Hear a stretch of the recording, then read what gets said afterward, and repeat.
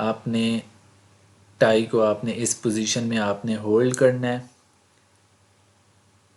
इसकी दो लेंथ्स होती हैं, एक चौड़ाई में कम होती है, एक ज़्यादा होती है। तो आपने करना ये है कि जिसकी चौड़ाई कम होती है उसकी लेंथ आपने कम रखनी है। अब जैसे मैं आपको बताता हूँ कि क्या करना है आपने। अब ये देखें कि जिसकी चौड़ाई कम होती है उसकी आपने एक तो लेंथ कम कर लेनी है, दूसरे की आपने लेंथ ज़्यादा कर लेनी है। एक साइड पे बड़ी और एक साइड पे छोटी। अब इस तरह के इसकी दो एक ऊपर वाली एक नीचे वाली, नीचे सिलाई वाली साइड आपने नीचे रखनी है और प्लेन वाली साइड आपने ऊपर रखनी है। इसको आपने इस तरह होल्ड करना है कि जो जिसकी चौड़ाई कम है उसको आपने नीचे इस तरह क्रॉस शेप में आपने होल्ड कर लेना है। और इसको आपने दो फिंगर्स के साथ, कोशिश ये करें कि दो फिंगर्स के साथ या जैसे आपके लिए इजी हो वैसे आप इसको होल्ड कर लें। अब आपने कुछ इस तरीके से पकड़ना है कि आपका हाथ जो है इतना गैप छोड़ें कि ऊपर से, नीचे से और साइड से जो है वो आपका हाथ इजीली गुज़र सके, ताकि आपके लिए इजी हो टाई बांधना। अच्छा, टाई इसको होल्ड करने के बाद आप पहली हम नाट बनाने लगे हैं। अब पहली नाट बनाने के लिए आपने क्या करना है, बड़े सिरे को पकड़ना है और इस गैप में से आपने बाहर निकालना है। ठीक है, और ये फिंगर के साथ आपने बाहर की तरफ हमने इसको ऐसे निकाल लिया। अब आपकी एक सिंगल नाट जो है वो तैयार हो गई। हमने दो नॉट्स बनानी है, दो गिरा लगानी है हमने। तो हमने एक गिरा लगाने के बाद एक गिरा आपकी एक साइड पे, दूसरी गिरा हम दूसरी साइड पे लगाने लगे हैं। अब टाई को आपने नीचे से दूसरी साइड पे आपने लेके जाना है।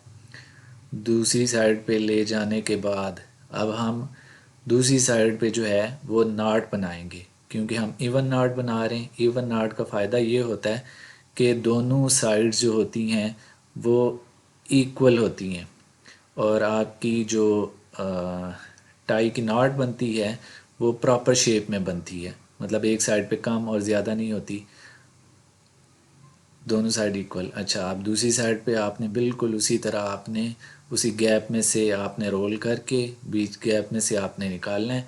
तो इस तरह की आपकी शेप जो है वो बन जाएगी। दो नाट्स आप देख सकते हैं कि दो नाट एक एक समोसा टाइप शेप आपकी बन जाएगी। अच्छा, अब आपने क्या करना है, आपकी नाट तकरीबन आधा काम आपका हो गया, आधे से ज़्यादा काम आपका हो गया। अब आपने इसको रैप करना है। रैप क्या, आपने इस जो नाट है इसको आपने कवर अप करना है। कैसे आपने इसको कवर करना है, कवर करने के लिए अब ये देखें, आपकी जो सिलाई वाली साइड है ये बाहर की तरफ होगी और प्लेन साइड नीचे की तरफ। आपने इसको सामने से जाके रैप करना है।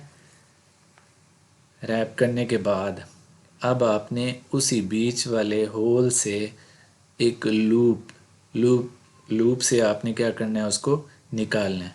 अब यहाँ पे एक मैं आपको टिप दूंगा कि बीच वाला जो लूप है आपने इंडेक्स फिंगर से आपने उसको बाहर की तरफ आपने पुश करना है, ताकि इजीली आप ये निकाल सके बड़ा सिरा। लें जी, अब आपका ये बड़ा सिरा हमने निकाल लिया। अब आपकी टाई तकरीबन फाइनल स्टेज में पहुंच चुकी है। अब ये टाई आपकी, नाट आपकी बन गई, टाई आपने बांध ली। अब आपने इनको एडजस्ट करना है, दोनों सिरों से पकड़ के आपने नीचे की तरफ खींचना है, ताकि इसकी नाट की जो पोजीशन हो वो सही से बैठ जाए।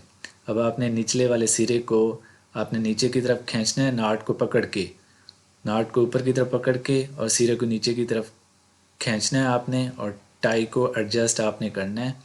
अब आपकी टाई तकरीबन मुकम्मल हो चुकी। उसके बाद आपने कॉलर सेट करना है अपना, और टाई की पोजीशन अपने कॉलर के हिसाब से मिरर में देख के कि किस तरफ है। सेंटर में आपकी शेप जो है नाट की वो सेंटर में होनी चाहिए। आप अपोजिट साइड पे एक तरफ दूसरी तरफ करके ऊपर की तरफ करके अपने हिसाब से इसको एडजस्ट कर सकते हैं।